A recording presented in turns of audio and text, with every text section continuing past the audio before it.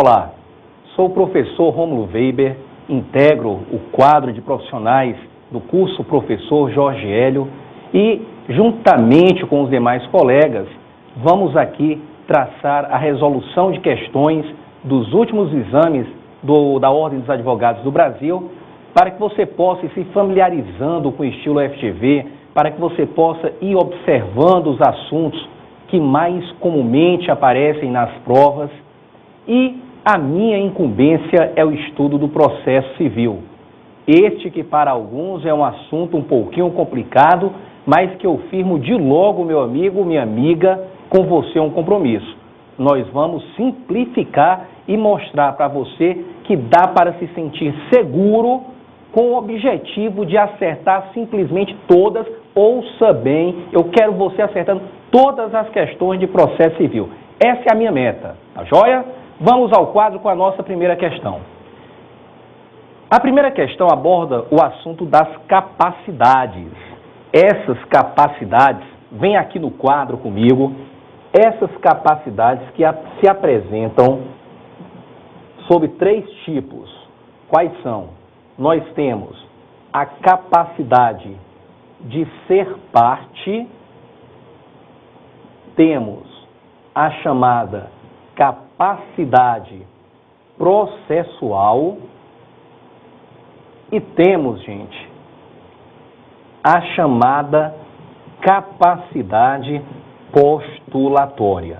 E é em cima desse tema que nós temos a estruturação dessa primeira questão. Só que antes de irmos especificamente à análise da questão, eu gostaria de traçar aqui, e é assim que nós vamos trabalhar, os principais assuntos relacionados ao tema, traçando aí uma perspectiva também do que é que poderá vir a aparecer na sua prova num próximo exame. Vem comigo. Capacidade de ser parte. Minha primeira observação nesse tocante é: não confunda capacidade de ser parte, essa dica aqui é importantíssima, não confunda isso com a chamada legitimidade ad causa. Legitimidade de ser parte. A legitimidade, gente, ela é condição da ação. Ao passo em que essas 3 capacidades que se apresentam aqui no quadro, elas são compreendidas, anota, elas são compreendidas como pressupostos processuais. Professor, todos os pressupostos processuais estão aí restritos às 3 capacidades que nós temos no quadro? De forma alguma. Nós temos outros pressupostos processuais. As capacidades são apenas alguns destes pressupostos. Pois bem, mas eu estava a falar com você que eu não posso confundir capacidade de ser parte com legitimidade de ser parte. Legitimidade é de causa. Gente, quem é que tem capacidade de ser parte? É simples, ó. Tem capacidade de ser parte qualquer pessoa natural. Tem capacidade de ser parte. A popular, a tão chamada pessoa física, mas que o Código Civil, você já deve ter ouvido o professor Nilmar falar, ele fala de pessoa natural. E também temos capacidade de ser parte conferida às chamadas pessoas jurídicas. Então, quem é que tem capacidade de ser parte? Em regra, vem comigo, em regra, a pessoa natural e a pessoa jurídica. Professor, por que em regra? Ora, isso aí eu não posso deixar de falar com você também. O estudo do processo civil, principalmente na parte do processo de conhecimento, ele é, gente, permeado de exceções. E nós vamos estar aqui procurando pensar para você onde é que estão esses pontos de exceção relacionados ao estudo de cada tema. Pois bem, em regra, quem tem capacidade de ser parte, conforme eu falava agora há pouco, é a pessoa natural ou a pessoa jurídica. Ou seja, você que está aí me escutando tem capacidade de ser parte. Contudo, quem é que tem legitimidade para a causa? A legitimidade lá das condições da ação. Você que tem capacidade de ser parte, você não é parte legitimada para estar em todo e qualquer processo. Como assim, professor? Imagine, meu amigo, que alguém vem e bate no meu carro. Alguém vem, pá, e eu vou buscar posteriormente a reparação de danos em face dessa pessoa que me causou esse dano. Quem é que tem legitimidade para figurar no polo ativo? Gente, sou eu. Por que, professor? Porque sou eu o titular da relação jurídica que vai agora ser discutida no processo judicial. Sou eu a vítima do dano. Portanto, eu é que tenho legitimidade ordinária. E a extraordinária, você está anotando aí. A legitimidade extraordinária, você bem sabe, somente a lei poderá conferir. Tipicamente, uma legitimidade dos sindicatos, tipicamente o Ministério Público nas ações coletivas, estes que exercem legitimidade extraordinária conferida por lei. Pois bem, toda pessoa tem capacidade de ser parte, pessoa natural, mas nem toda pessoa que tem capacidade de ser parte vai ter legitimidade, portanto, para figurar como autor ou como réu no processo. Acabei de dar o exemplo. Você que me escuta e me vê, você tem capacidade de ser parte, você é uma pessoa natural, mas você não tem legitimidade ordinária para figurar como autor num processo cuja vítima do dano foi este professor que vos fala. Aí, gente, só eu é que terei essa legitimidade ordinária. Tranquilos? Pois vem comigo, volta aqui ao quadro, olha só. Eu tenho, portanto, a primeira capacidade, que é a capacidade de ser parte. Mas tem um detalhezinho, eu falei assim, gente, em regra, essa capacidade é da pessoa natural e da pessoa jurídica. Por que o em regra? Porque, gente, excepcionalmente, o CPC confere capacidade a situações chamadas universalidades de fato ou de direito. Esta prevista no artigo 12 do CPC. Vai lá, gente. Pegue aí o seu artigo 12 do CPC, por favor. Olha bem, esse artigo ele é meio que mal redigido, e eu explico por quê. Porque se você observar, nós temos aí nos incisos referências a pessoas jurídicas de direito público, pessoa jurídica de direito privado, e temos também no artigo 12 do CPC situações como a massa falida, está vendo aí nos incisos? O espólio, a herança jacente ou vacante, as sociedades sem personalidade jurídica, o condomínio, todos esses que eu agora acabei de citar, não são pessoas naturais e não são pessoas jurídicas. Mas o legislador reconhece a estas situações que nós passaremos a chamar de universalidades de fato ou de direito, o legislador reconhece a essas universalidades uma capacidade especial para que elas possam figurar como parte. Por isso, eu dizia assim, ó, em regra, quem é que tem capacidade de ser parte? A pessoa natural e a pessoa jurídica. Mas veja só, além da capacidade de ser parte, nós temos a capacidade processual. Essa capacidade processual que pode aparecer na sua prova com a nomenclatura, olha só, capacidade de exercício. Por qual razão? A capacidade processual, ela significa, gente, uma capacidade, olha só, de praticar, capacidade de praticar diretamente atos no processo. E veja o exemplo que eu vou lhe passar agora. Imagine você, uma criança de 2 anos de idade, ela tem capacidade de ser parte? Sim. ela pode, portanto, pedir alimentos em face do pai com toda certeza. Ela tem, portanto, além de capacidade de ser parte, ela tem legitimidade ordinária, já que ela é a titular da relação jurídica, do vínculo de paternidade que a habilita a pleitear alimentos em face do pai, sem sombra de dúvidas.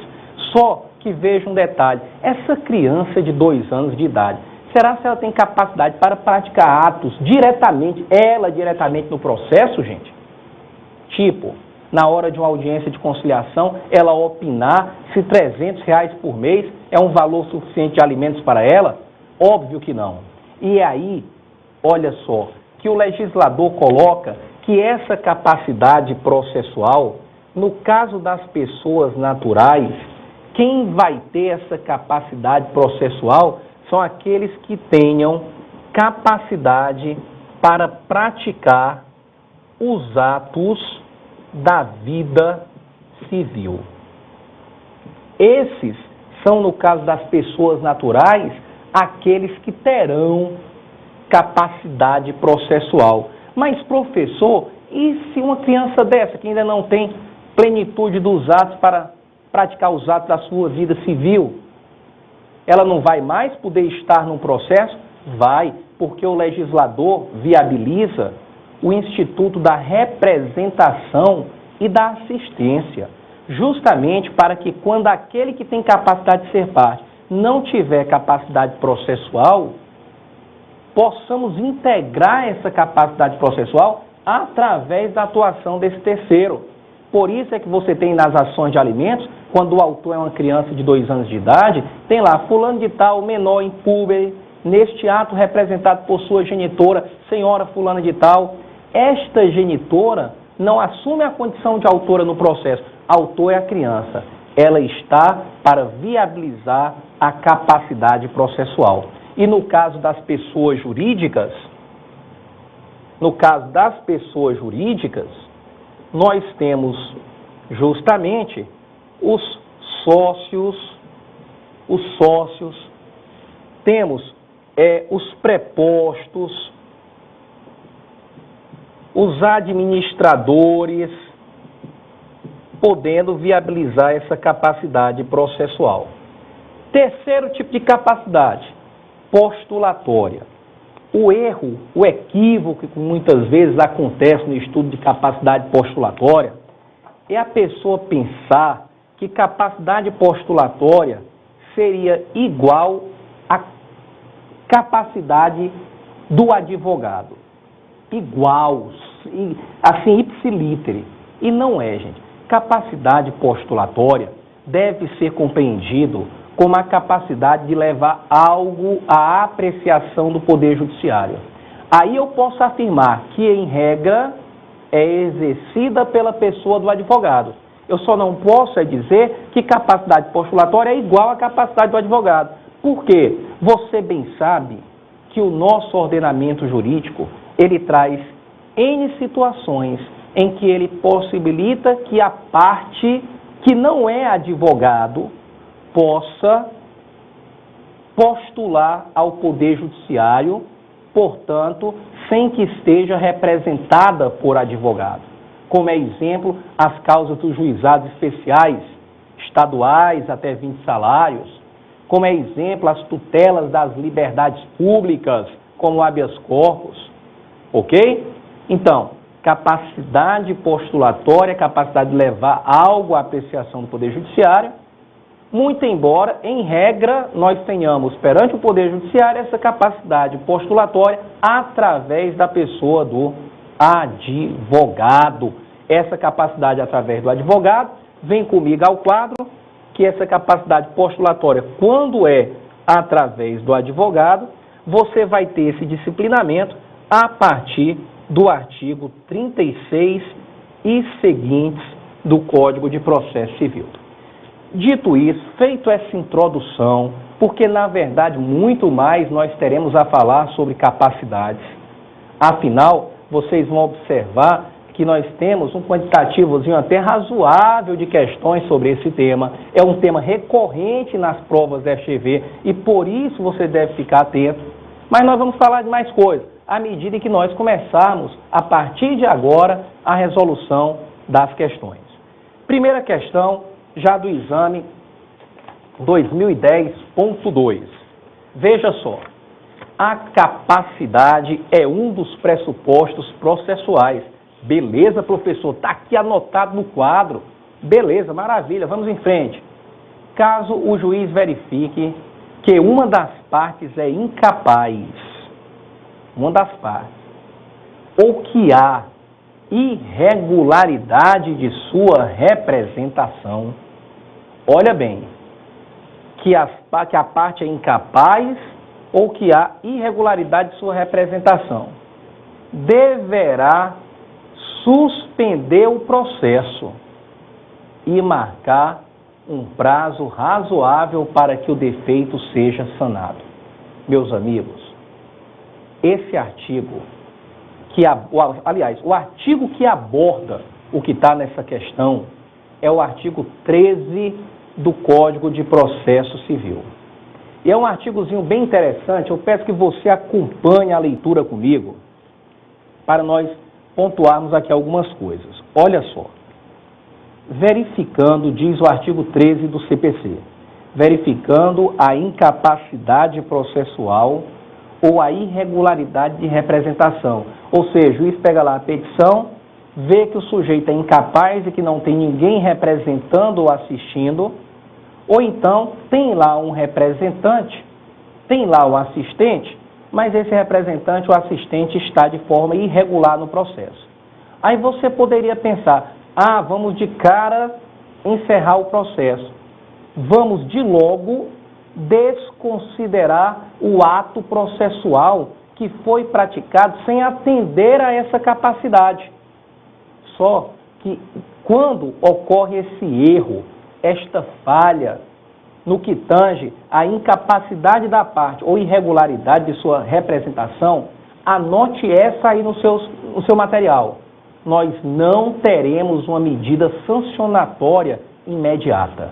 Veja na leitura do artigo 13 do CPC que o juiz concede um prazo. Vai caber ao juiz conceder um prazo para que seja sanada a deficiência. E aí, continua na sequência do artigo 13, que se a deficiência não for sanada, aí é que vão vir as consequências. Seja para o autor, que no caso teremos a nulidade do processo, para o réu, que é a decretação da revelia, ou para o terceiro, que será a sua exclusão do processo, que é justamente o que dizem os incisos do artigo 13 do CPC. Tranquilo?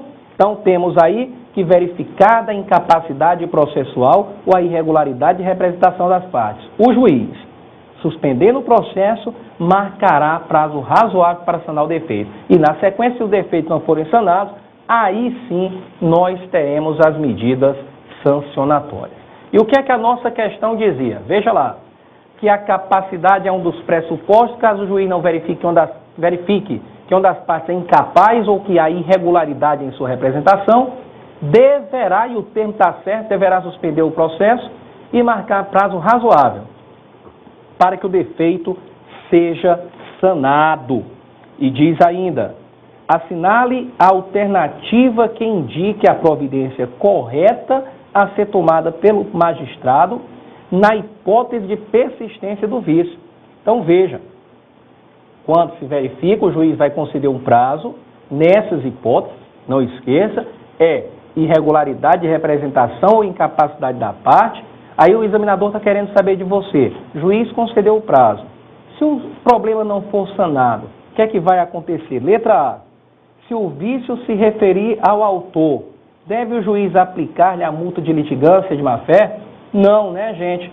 Cabe ao juiz extinguir o processo. É o inciso 1 do artigo 13. Letra B. Se o vício se referir ao autor, deve o juiz proferir o julgamento antecipado da lide? De forma nenhuma. As hipóteses de julgamento antecipado da lide, puxa uma setinha e anote, estão lá no artigo 330 do CPC. E posteriormente nós vamos fazer alguns comentários em relação a esse tema. Letra C. Se o vício se referir ao réu, deve, e o termo é deve. E quando você estiver estudando, gente boa, fica atento para você observar todos os artigos que trazem ao juiz um poder dever. Porque é muito comum as provas da FGV quererem que você saiba se o juiz deve ou se o juiz pode. Tá joia? Então, quando você estiver lendo os artigos, dá uma olhadinha, vai sublinhando onde é que tem deve, onde é que traz lá um poder dever, uma obrigação. Porque aqui na letra C diz, e está correto, que se o vício se referir ao réu, deve o juiz reputar esse réu revel. Verdadeiríssimo. É a consequência para o réu que não venha sanar essas deficiências no prazo que o juiz conceder. Letra D.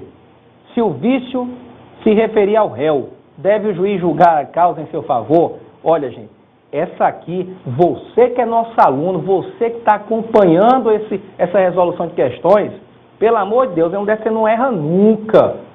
Isso aqui você não pode errar nem que você não estivesse acompanhando as questões, a resolução aqui conosco do curso do professor Jorge Hélio. Por quê, professor? Porque isso aqui, gente, está na cara. Olha como diz. Se o vício se referir ao réu, deve o juiz julgar a causa em favor do réu? Ora, o réu está errado. O juiz concede um prazo para o réu sanar a deficiência e aí o réu não sana. De repente, pela omissão do réu, o réu vai se beneficiar com a causa julgada em seu favor? Isso aqui não tem a menor lógica, gente. Isso aqui não tem a menor lógica. Portanto, afasta, desconsidera. Tá joia? Não cai numa encruzilhadazinha dessa aqui não, jamais. Portanto, confirmando, primeira questão, letra C. Vamos à próxima questão. A próxima questão do exame 2010.3, ela fala: o Código de Processo Civil regulamenta como se dará a atuação das partes e dos procuradores em juízo. Veja que, mais uma vez, voltada ao estudo das capacidades.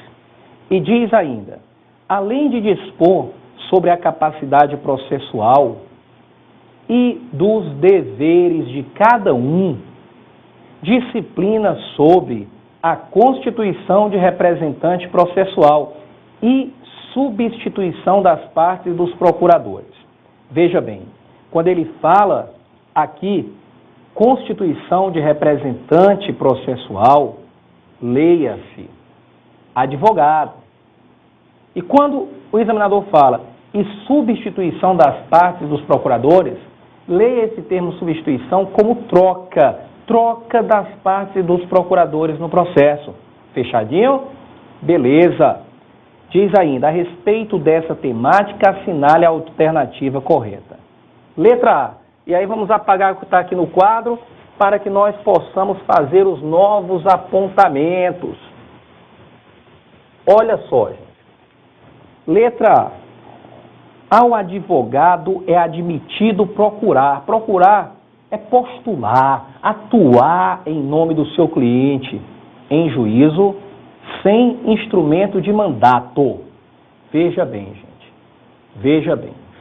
Você, por gentileza, localize aí no Código de Processo Civil o artigo 37. E você observe, da leitura do artigo 37, que nós temos a procuração como instrumento necessário, indispensável, para que o advogado possa atuar, para que o advogado possa viabilizar a capacidade postulatória. Repito, ele é um documento indispensável. E aqui a letra A diz que ao advogado é admitido procurar em juízo, sem instrumento de mandato. Veja na leitura da assertiva A, que está aí no quadro. Veja que ele coloca como se a regra fosse o advogado atuasse em procuração. E isso, gente, não está correto. Repito, o artigo 37 coloca o instrumento de procuração como algo indispensável para que o advogado possa atuar, para que o advogado demonstre que realmente ele tem poderes para defender os interesses daquela parte que o teria constituído. E diz ainda a letra A fim de praticar atos reputados urgentes. Aí, quando vem para esse finalzinho torna essa primeira parte verdadeira. Por quê? A leitura do artigo 37, e você está aí com o código, está acompanhando, está anotando. O artigo 37 diz que, embora seja regra, a necessidade da procuração para que o advogado possa atuar, em algumas situações o advogado poderá atuar sem esse instrumento de procuração. Quais são elas? No artigo 37, a fim de evitar problemas com prescrição, com decadência e para a prática de atos reputados urgentes. Então, se a letra A disse que o advogado poderia atuar sem procuração, sem instrumento de mandato, que é a procuração, para praticar atos reputados urgentes, veja que está nas exceções que o artigo 37 realmente permite que o advogado possa atuar sem a procuração. Contudo, veja o que diz aqui a sequência da letra A. Mas, para tanto, deverá prestar caução e exibir o instrumento de mandato no prazo improrrogável de 15 dias.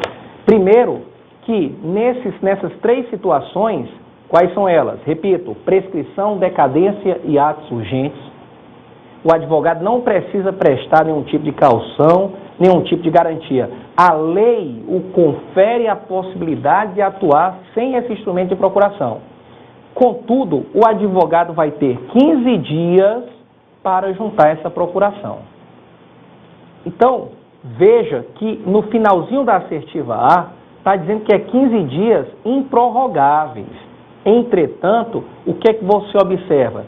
Observa no artigo 37 dizendo que, ao contrário do que está na assertiva A, que diz aqui improrrogável, ele pode sim ser prorrogado por mais 15 dias. Agora, o bizu para você acompanhar é o seguinte: pode prorrogar? Pode, é verdade. Mas esses 15 dias a mais não é mais um direito do advogado, dependerá do juiz. Do juiz reconhecer ou não razões plausíveis e suficientes para que ele defira a prorrogação. Diferentemente dos 15 dias iniciais, que esses aí realmente eram direito do advogado atuar sem um instrumento sem um instrumento de procuração. Então veja, o que é que nós visualizamos? Que a letra A está falsa, porque embora a primeira parte traga uma compreensão verdadeira, né? Por quê? Porque os atos urgentes podem sim ser praticados, mesmo sem que o advogado tenha instrumento de mandato, mas na segunda parte diz que isso só pode se for prestado caução, e não existe essa necessidade de caução, bem como diz que seria pelo prazo improrrogável de 15 dias, quando nós sabemos que esse prazo poderá sim ser prorrogado a critério do juiz. Fica um bizu no parágrafo único do artigo 37. Qual é? Leia comigo. Parágrafo único do artigo 37. Diz assim: os atos não ratificados no prazo serão havidos por inexistentes, respondendo o advogado por despesas e perdas e danos. Então, veja, o advogado pratica o ato quando ele é urgente, quando é para evitar prescrição ou decadência, tem lá os 15 dias iniciais, que é um direito dele, mas, olha o parágrafo único. Para que o ato tenha realmente eficácia, precisa que o advogado, nos 15 dias subsequentes, junte o instrumento de procuração. Se o advogado não juntar, o ato vai ser considerado o quê, professor? Vai ser considerado inexistente, ok? Então, ele pratica o ato sem a procuração, mas a eficácia do ato fica condicionada à juntada posterior da procuração. Chama a sua atenção ainda, em relação a esse parágrafo único, para a questão do termo inexistente que tem aí. As provas FGV, gente boa, elas vêm sendo estruturadas muito em cima da letra realmente do código. Mas a melhor doutrina diz que, nesse caso, não seria inexistente o ato, porque o ato existiu. Se eu não junto a procuração nos 15 dias subsequentes, eu faço com isso, eu torno assim o ato ineficaz e não inexistente, porque o ato, enfim, foi praticado. Contudo, na prova FGV, é mais provável que a assertiva, se cair nesse contexto, caia cobrando de você como resposta verdadeira, dizendo que se o ato não for ratificado nos 15 dias subsequentes, o ato será considerado realmente inexistente. Ok? Na próxima videoaula, nós vamos aí continuar com a resolução dessa questão.